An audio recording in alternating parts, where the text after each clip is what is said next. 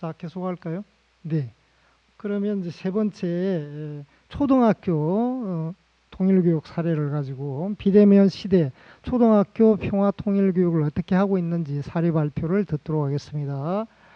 발표는 계수초등학교 간우연 선생님이 해주시고요. 그다음 토론은 성호초등학교 정가영 선생님이 하시도록 하겠습니다. 감사합니다. 안녕하세요. 초등학교 이제 온라인 평화통일교육 관련된 실천 사례를 발표하게 된 계수초등학교 간우연입니다.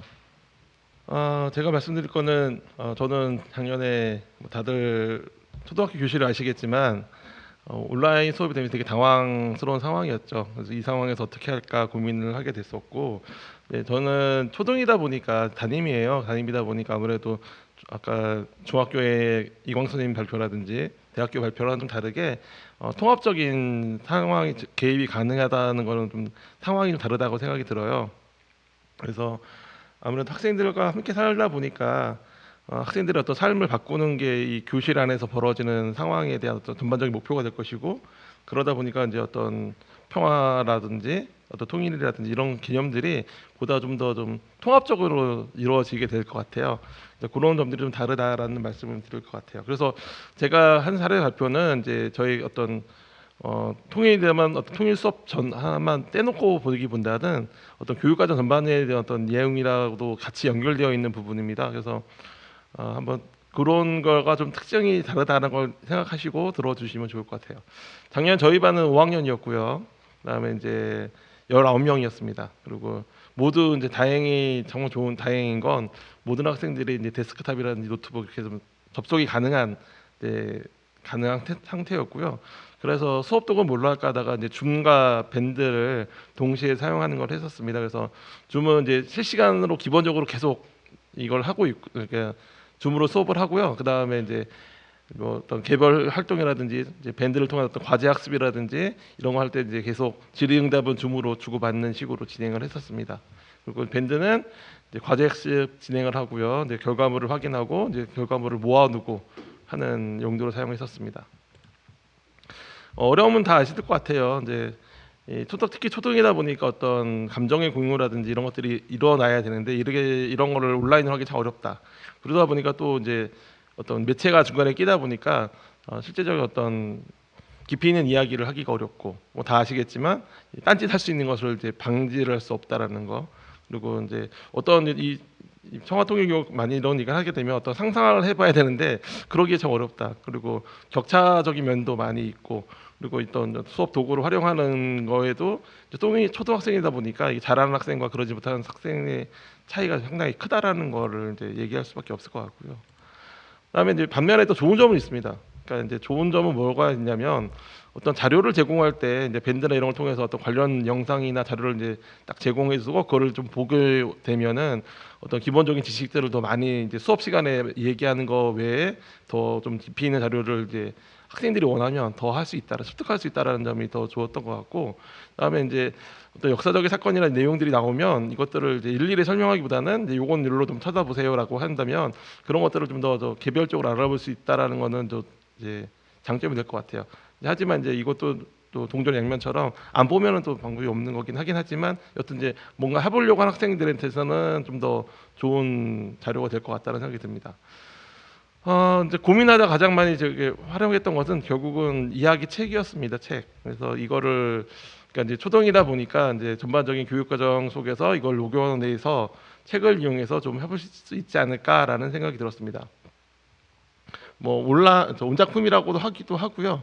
뭐 온작품 활동이라고도 하기도 하고 이제 뭐 어떻게 보면은 주제 중심 통합 교육 과정이라고도 하기도 합니다. 뭐 여튼 뭐라고 뭐 이름을 붙이든 간에 어떤 이야기 책을 중심으로 좀 활용을 하자라고 하는 게 제가 온라인 이제 관련돼서 온라인 수업에 대해서 좀 더 그러니까 평화통일 교육을 할 수 있는 어떤 중요한 거리로 잡았던 것입니다.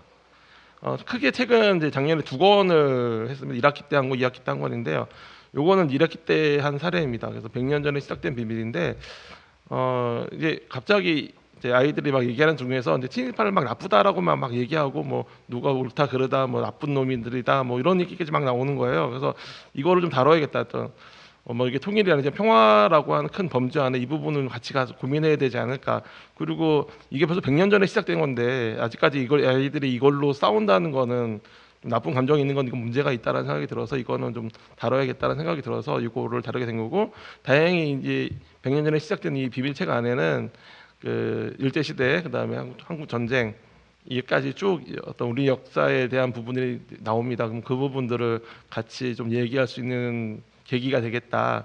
그리고 이게 책이다 보니까 학생들이 집에서 개별로 읽으면서도 이 내용을 충분히 좀 어떤 빠져들 수 있지 않을까, 이 내용에. 그래서 이 책을 다루게 된 거고요. 두 번째 다룬 책은 좀 이제 그러다 보니까 이 통일에 대한 부분들이 자연스럽게 연결되더라고요. 그래서 그런 생각을 해본 거죠. 독립운동가 당시 그때 활동했던 분들이 바라던 어떤 이 나라, 독립된 나라와 민주화 운동가들이 어떤 뭐 민주화 운동을 했던 사람들이 바라던 나라와 그다음에 결국은 그런 나라가 지금 어떤 이런 분단된 나라는 아니지 않겠느냐라는 생각이 들었었고, 거기까지 생각이 들었었고, 어떤 관련된 인물을 찾다 보니까 이 문익환 목사님이라고 하는 인물이 이제 떠오르게 된 거고, 이분은 이제 뭐 다들 아시겠지만 그 중국에서 이제 그 독립운동하는 시기부터 시작해서 그다음에 윤동주 시인의 어떤 그러니까 동무이기도 하고, 그다음에 민주화 운동 시기에는 민주화 운동을 했었고, 이제 80년대 마지막에는 뭐 이제 방북을 대표적인 방북처럼 어떤 통일까지 쭉 이어져 가던 분이어서 이분의 이야기를 또 하나 듣고 싶다. 그러니까 하면은 이분의 이야기를 하면서 같이 통일을 얘기할 수 있지 않을까라는 생각을 해서 요 이야기를 했었고요. 당연히 교육과정은 이제 저희 학교에서 하는 교육과정은 이제 작성을 했었고, 온라인 수업이기 때문에 책을 읽고 이제 워크북 형식으로 해서, 그러니까 중간 이렇게 한꺼번에 다 할 수는 없는 거니까 중간에 한 6번 정도, 5-6번 정도 책을 좀 나눠서 이야기를 나누고 하는 식으로 진행이 됐던 겁니다. 보여드리는 건 이렇게 해서 이제 이건 이제 아이 작성한 워크북인데요. 아이들이 워크북 그러니까 이런 식으로 작성한 워크북을 활동을 하는 거죠. 그러니까 여기에 쪽수가 나와 있는 것처럼 다 하지는 않고 이제 중간 끊어서 진행이 되는 거고, 이렇게 뭐 내용도 하고 앞말도 하고 뭐 국어적인 학습도 같이 진행이 되는 거고요. 이제 관련된 활동들을 좀 이야기 나누는 것도 이렇게 진행되는 식으로 했던 사례입니다.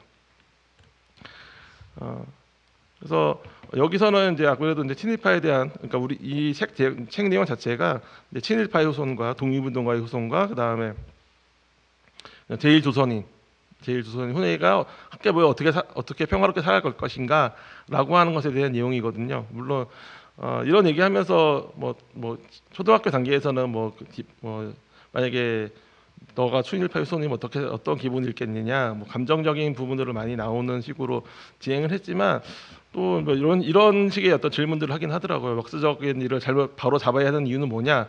뭐 그래서 학생에게 뭐 이렇게 역사는 통일받기이다. 그래서 이게 걸 바로잡지 않으면 계속 잘못된 게 반복될 거다. 뭐 이렇게 아이들도 하는 것처럼 뭐 이런 이야기도 나누면서 다양한 관련 이야기 나누었었습니다. 결론적인 거죠. 이제 이렇게 사람들의 이렇게 친일파 후손들을 뭐 이렇게 사람들을 만나면 이제 어떻게 살아갈 것이냐라고 하는 부분으로 많이 이야기를 나누게 되었던 거고, 관련해서 이런 뭐 관련 토론도 진행하기도 했었어요. 근데 이 친구가 쓴 게 되게 재밌어서 하나 갖고 왔는데요.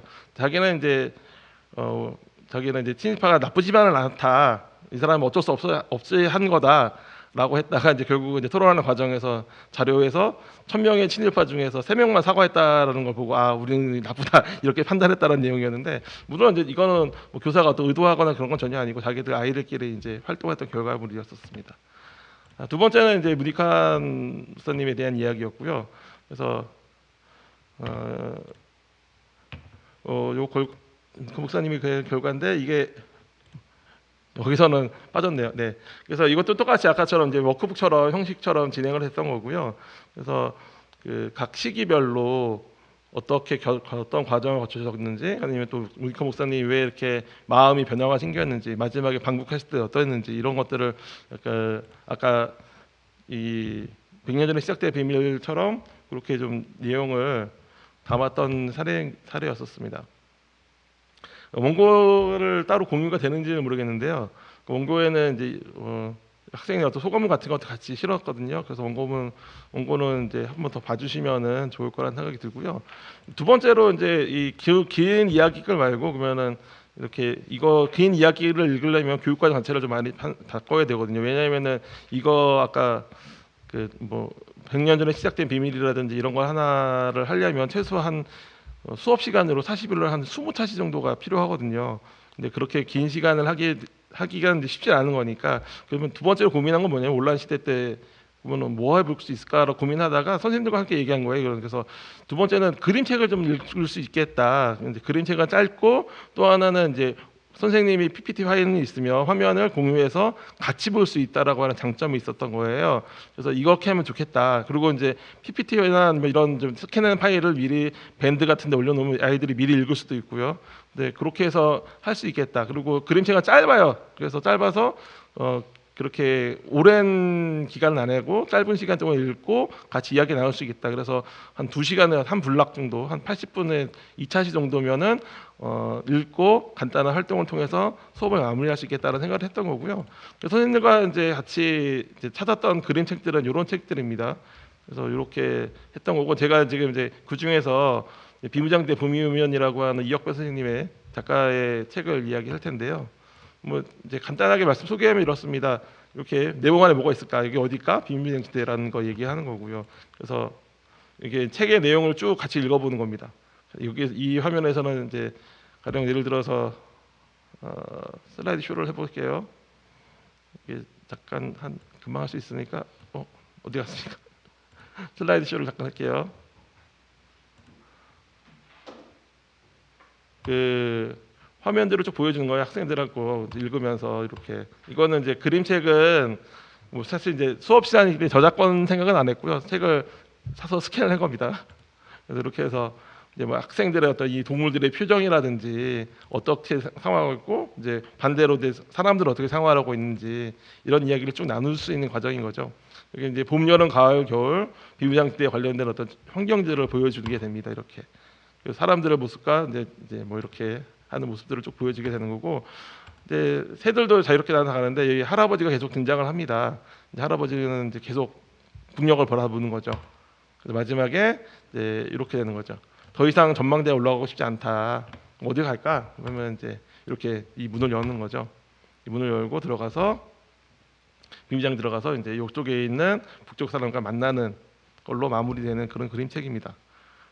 네, 그래서 이렇게 그림책은 진행되는 거고요. 그래서 뭐 소감을 얘기하는 거 당연한 것 같고, 그다음에 이 장면 중에 하나인 거 이렇게 왜 이렇게 해놨을까, 왜 이렇게 둥그랗게 이렇게 해놨을까라고 했을 때 이제 답은 당연히 이제 쌍안경, 망원경을 보는 거다. 뭐 이렇게 얘기할 수도 있고, 아니면 이제 뭐 이제 좀 더 집중된 거다. 뭐 여러 가지 의견이 있는데 뭐 답은 없으니까 이제 아이들과 이렇게 얘기하는 거고요. 그다음에 동물들의 모습을 보자 이렇게 한 거죠. 동물들이 보면 다 표정이 밝아요. 동물들은 보시면 아시겠지만 동물들은 다 이제 좋은 즐거운 내지는 밝은 표정인데 반면에 이제 사람들은 반대가 되겠죠. 여기 계단을 올라가야 되고요, 지키고 서 있고요, 훈련하고 있고요, 비도 오고요. 이렇게 모습들을 좀 반대되는 모습들로 좀 전개가 될 수 있는 부분이었습니다. 그래서 이렇게 좀 뭐 마음은 어떻을까, 할아버지 마음은 어떨까 이렇게 좀 아이들과 얘기하는 거고 이제 마지막에 하는 거고 결국 이 할아버지는 이제 이상 가족이었다는 거죠. 이상 가족에서 이제 이 분들이 이건 다른 신문에 있는 것을 갖고 온 건데 이렇게 실제로 이상 가족이 쓴 이야기 글 같은 것들을 읽어보면서 마지막에 이제 알아보는 거고 마지막에 이제 이렇게 걷어내면 어떻게 될 거냐 어떤 상상을 해보는 거죠. 비무장지대 평화의 땅으로 만들어보면 어떻겠느냐 상상해서 이제 그림 그려보고 이제 나중에 이렇게 쭉 연결해 보면 이런 식으로 좀 작품을 만들 수도 있고 이거는 이제 비무장지대에 대해 더 궁금하면 다른 나라도 비무장지대가 있다 이런 식으로 좀 이야기하는 식으로 마무리를 했던 사례가 있었습니다. 그림책 사례는 이제 이거는 이제 교사들이 어떻게 활용하기 때문에 되게 다양할 것 같아요. 그래서 어떤 평화라든지 통일이라든지 다양한 수업에 대해서 이 부분들을 활용할 수 있을 것 같습니다. 그래서 앞으로도 기회가 더 되어진다면 더 다양한 그림책이나 다양한 주제로 이런 것들을 만들어 볼 수 있지 않을까라는 생각을 해봤습니다. 이상으로 온라인 시대 때 되게 제한적입니다. 어렵고 힘들다는 거 당연한 거였고 되게 좌충우돌 하면서 이렇게 한번 해볼 수 있지 않을까 고민하면서 결과물들을 좀 말씀드리게 되었습니다. 이상입니다. 네, 감사합니다. 비교적 시간을 잘 지켜주셔서 감사합니다. 사실 그렇습니다. 그 온라인 상황에서 난감할 텐데 교육과정을 재구성하고 아이들이 그래도 공감할 수 있는 수업을 재구성해내는 일이 얼마나 어렵겠습니까? 그래도 초등학교 사례에서 실제 어떤 어려움에서 이 어려운 상황을 어떻게 극복하려고 했는지에 집중된 사례 발표였던 것 같습니다. 다음은 성호초등학교 정가영 선생님이 토론해 주시겠습니다. 가영 선생님 반갑습니다. 네, 네, 네, 시간이 많지 않아요. 그래서 조금 시간을 땡겨 주셨으면 감사하겠습니다.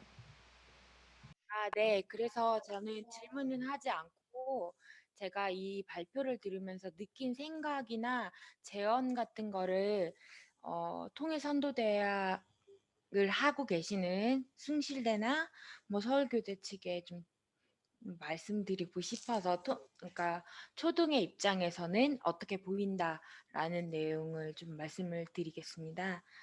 네, 제가 느끼기에는 2020년은 뭐 잃어버린 한 해 같은 해였고요. 교사들이 정말 발을 동동 구르는 한 해였던 것 같습니다. 저희 학교 같은 경우는 지금 2021년에는 작은 학교라서 전체 등교를 하고 있습니다. 그래서 정상적인 수업이라고는 할 수는 없지만 아이들이 오면서부터는 이제 온기가 돌더라고요. 네. 그래서 항상 두 가지를 준비를 하는 그런 상황입니다. 언제든 비대면으로 수업이 진행될 수 있도록. 네, 그런 상황이고요. 요즘에 언택트에서 온택트로 또 넘어가는 시기라고 합니다. 그래서 온라인을 통해서 이게 외부랑 연결이 된다는 그 점이 제일 특징점이고, 이런 상황에, 코로나 시대에서 가장 우리가 간과하지 말아야 될 부분이라고 생각을 해요. 그래서 온라인을 통해서 이렇게 외부 활동이 이어가기 때문에 학생들은 배움을 일으키기 위해서는 교사들이 더 촘촘한 배움의 설계가 필요할 수밖에 없다고 생각이 듭니다. 그리고 나이를 저희가 제한을 해서 생각을 하는데요. 1, 2학년들은 이런 교구 같은 걸 활용할 수 없다고 기자재를 활용할 수 없기 때문에 EBS에서 교육을 국수를 이제 담당해서 아예 하고요. 아니면 이제 교사들이 꾸러미를 통해서 교육을 하고 있습니다. 3, 4, 5, 6학년은 이제 대면 수업이 비대면 수업으로 가능하고 있고요. 지금 제일 문제는 평화통일에 대한 정의도 데피니션도 안 돼 있기도 하지만 나라 주도로 아직도 평화통일 교육이 이루어지고 있다는 점입니다. 특히 초등 같은 경우는 저희가 경계나 분단에 대해서 인지하지 못하는 상황이기도 해서 그 부분에 대해서 또 그림책을 찾아서 이렇게 선생님이 발표를 해주신 것 같고요. 그렇기 때문에 마음을 연다거나 북한의 존재에 대해서 인지하는 것 자체가 왜곡돼 있거나 아니면 유튜브를 통해서 이렇게 잘못된 정보를 제공받기도 하는 것 같습니다. 제가 제안드리고 싶은 거는 북한에 대한 정보가 저희처럼 이런 북한에 대한 관심이 있거나 통일 교육을 하고 있는 사람들에게만 그거 아니야라고 얘기할 수 있는 그런 정보를 찾아야지만 그걸 얻을 수 있는 거고요. 그런 정보를 교사나 아니면 가르치는 사람들이 접근할 수 있도록 좀 더 유연한 정보 이용이 가능했으면 좋겠고 평화 관련 유튜브 같은 거를 운영을 하셨으면 좋겠습니다. 그래서 제작되거나 학생들이 만든 것도 좋지만 평화에 대해서 아니면 통일에 대해서 정확한 정보를 제공하는 플랫폼을 좀 구축하시면 어쩔까 그런 생각이 좀 듭니다. 아이들이 제일 많이 배우는 곳이 유튜브 세상인 것 같습니다. 네, 그리고 지금 뭐 초등학교에서는 통일부 기자단에서 블로그 운영하는 게 전부인 것 같고요. 거기에서는 기자단이 된 아이들은 굉장히 많은 체험을 하지만 나머지 친구들이 접근하지는 않는다고 생각이 들고요. 그 다음에 이런 교육, 통일 교육이나 평화 교육에 대해서 어플 같은 거를 좀 개발해 주시면 어떨까라는 생각을 좀 해봤습니다. 그리고 경기도에서 시민 교과서 3종을 하고 있는데 작년 같은 경우도 시수가 너무 부족해서 그 교과서를 신청만 해놓고 아예 사용을 못하는 경우가 있었습니다. 그래서 이런 것들에 대한 교사들이 이런 자료를 공유할 수 있는 그런 사이트 같은 것들이 있으면 좋겠다는 생각을 했고요. 작년에 어떤 일이 있었냐면 교사들은 인디스쿨이라는 자료집을 많이 활용을 합니다. 초등학교는. 근데 인디스쿨은 자발적으로 교사가 이렇게 좀 지원을 해서 운영되는 사이트인데요. 거기 있는 자료를 선생님이 쓰셨는데 거기에 대해서 이제 교육부가 발칵 뒤집힌 거죠. 그게 교육청 자료였는데도 불구하고 그런 모습을 보면서 교육부가 인디스쿨에 들어갈 수 있는 권한 자체가 없더라고요. 그리고 들어가려는 의지도 없고 그런 모습을 보면서 아, 이게 자료 공유가 정말 안 되고 있구나라는 생각을 했고요. 배경 지식이 필요하니까 교사들이나 아니면 이런 장학사 아니면 이런 관리자들이 수업을 직접 재구성하거나 교육과정을 재구성해보는 그런 통일 교육이 있었으면 좋겠습니다. 이상입니다.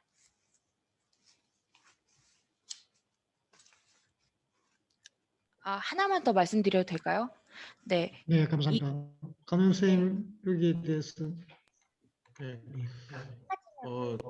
온라인 학과에서는 내용 전반적인 통일 관련 말씀을 해주셨고요. 자료에 대한 접근은 정말 공감을 많이 합니다. 그러니까 저희가 이제 물론 수업 용어로 쓰는 건 아니지만 이제 저희가 이제 수업을 준비하다 보면 북한 학생들은 이렇게 생활하고 있나 아니면 북한 학생들이 저렇게 옷을 입는데 저 이유는 뭐지? 이런 것들에 대한 이야기를 이제 궁금해서 찾아보려고 하는데 사실 찾아보기 자료가 그냥 일반적인 인터넷에서는 없고 어떤 특수 자료라든지 이런 데 열람을 해야지만 좀 찾을 수 있다라는 제한점이 있어요. 근데 저희가 이제 그런 데 접근하는 게 상당히 좀 어렵죠. 그런 것들은 좀 다시 고민이 되는 거고 두 번째는 이제 그 학교 현장에서 이게 이제 학교 현장은 아무래도 관리자의 영향을 많이 받다 보니까 어떤 관리자를 만나냐에 따라서 이런 게 좀 활동이 좀 원활하게 진행되는 경우도 있고 좀 어려운 경우도 있거든요. 그렇다면은 아까 정 선생 말씀하신 것처럼 관리자 연수 안에서 이렇게 좀 통일 교육을 이렇게 해본다든가 뭐 이렇게 활동을 해볼 수 있다라는 것들이 좀 더 좀 익숙해지면 학교 현장에서 선생님들이 좀 자유롭게 좀 이런 부분들을 해낼 수 있지 않을까 그런 생각이 많이 듭니다. 그리고 어떤 플랫폼이 만들어지는 것들을 정말 좋은 생각이라고 생각이 들고요. 저희가 이런 내용 했던 것들이 어느 한 뭐 유튜브 채널이 됐던 뭐가 잘 모르겠습니다만 이것들이 좀 꾸준하게 좀 업데이트되고 어떤 사례들이 공유될 수 있는 어떤 장이 마련되어진다면 선생님들이 이런 통일 교육을 좀 손쉽게 따라서 배우고 아니면 배운다는 표현보다는 따라서 함께 해볼 수 있는 그런 쉽게 접근할 수 있는 어떤 공간이 되지 않을까 그런 생각을 해봅니다. 그래서 정원 선생님 토론해 주신 부분들은 온라인 시대뿐만 아니라 어떤 현재의 어떤 우리 통일 교육이 어떤 좀 더 확산시킬 수 있는 방안에 대한 좋은 말씀을 해주셨다고 생각이 듭니다. 이상입니다. 한마디만 더 하자면요. 네, 서울교대 서울선도대학에 선정이 되었잖아요. 어, 지도안만 만들 것이 아니라 예비 교사들에게 지식을 탐색할 수 있는 기회도 주시고 교육 키트 같은 거 학생들과 같이 만들어서 어, 좀 먼저 하이브리드 하셨으면 좋겠습니다. 왜냐면 그 숭실대 같은 경우는 대학생들이 만들 수 있잖아요. 근데 저희 예비 교사들도 충분한 가능성들이 있기 때문에 그런 키트를 제공하면 그리고 그런 걸 개발을 하시면 통일 교육이 뭐 비대면이 되더라도 가능해질 것 같습니다. 네, 좋은 제안 감사드립니다. 그 비대면 상황에서는 이제 수업 격차, 그러니까 학습의 격차가 생기면 가장 큰 어려움이 이제 수업에 적극 참여하는 학생과 그렇지 않는 학생의 차이가 크다고 하잖아요. 그러니까 이제 우리가 이런 질적 연구를 해본다면 평화통일 수업을 해도 관심을 가지고 참여하는 학생과 그러지 못한 학생이 어떤 반응을 하는지도 추후에 한번 이런 연구가 좀 필요하고요. 정가영 선생님이 얘기하신 대로 실제 이제 이런 통일 수업을 하려고 하다 보면 자료가 빈약하고 그러다 보면 SNS나 유튜브를 이용해서 학생들이 자료 접근을 하는데 상당 부분은 왜곡된 자료들이 많고 또 학생을 대상으로 하는 교육 자료들은 빈약하고 이런 상황인 것 같습니다. 미디어 리터러시와 함께 가야 할 부분인데요. 그런데 지금 오늘 우리 토론에서는 이 부분을 충분히 우리가 다 다루기는 힘들고 그런데 이제 숭실대 사례와 접근을 한다면 대학생들은 온라인 상에서 이제 과제 제출, 공모, 옹모 이런 수업을 많이 하는 것 같아요. 그런 상황에서 실제 초중고 수업 환경과 밀착되어 있는 그런 교육 키트들을 대학생들이 함께 만들어 보는 것도 좋은 아이디어인 것 같습니다. 저는 이제 이 진행을 하면서 조금 우리가 관심을 좀 가져줬으면 하는 부분이 있는데요. 그 간호연 선생님 이제 수업에서도 뭐 새길 세기로 해서 학생이 질문을 하는데 온책 읽기를 했을 때 제일 중요한 거는 바로 활동지로 들어가기보다는 실제 책을 한 권 읽었을 때 학생 스스로 만들어내는 학생의 전유물에 해당되는 질문, 첫 질문이 뭘까? 질문을 많이 쏟아내는 수업이 우선일 것 같아요. 그 다음에 이제 비무장 시대와 관련된 자료들을 저도 봤는데 사실 제가 초등학생들하고 비무장 시대 수업을 어떻게 할까 이렇게 보면 굉장히 어려울 것 같아요. 근데 우리가 이 수업에서는 매지가이잖아요.